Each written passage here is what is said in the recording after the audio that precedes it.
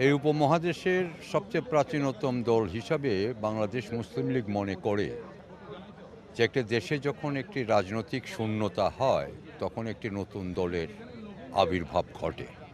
২০২৪ সালের ৫ই আগস্ট যে বিস্ময়কর ঘটনাটা ঘটেছে এটা কিন্তু কোনো রাজনৈতিক দলের নেতৃত্বে হয় নাই। ছাত্র জনতার আহ্বানে দেশবাসী একটি স্বৈর শাসনের অবসান ঘটানোর জন্য মাঠে নেমে এসেছিল। কোনো রাজনৈতিক কর্মসূচি আর তাদের মধ্যে ছিল না।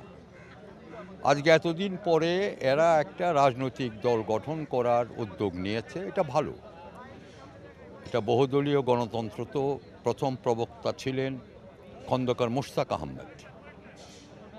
উনি ১৯৭৫ সালের ২রা অক্টোবর বাকশাল বাতিল করে বহুদলীয় গণতন্ত্র পুনঃপ্রবর্তন করার পর আজকে পর্যন্ত নিবন্ধিত অনিবন্ধিত প্রায় শতাধিক রাজনৈতিক দল রয়েছে। এর মধ্যে আরেকটি নতুন দলের আত্মপ্রকাশ অবশ্যই আমাদেরকে উৎসাহিত করেছে।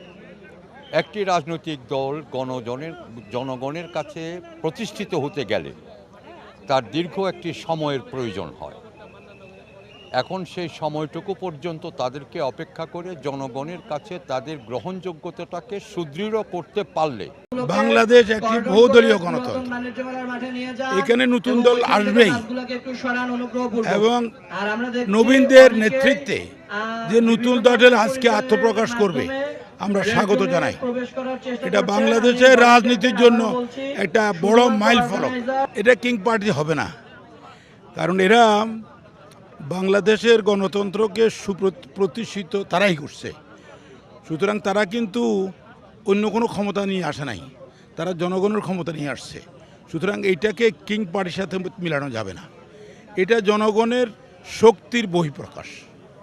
সুতরাং এটাকে আমি মনে করি বাংলাদেশের আপামর জনগণ এটাকে স্বাগত জানাবে এবং আমি আমার দল থেকে বিকল্প রাজা বাংলাদেশ থেকে আমি এই নতুন দলকে আজকে আত্মপ্রকাশ স্বাগত জানাই।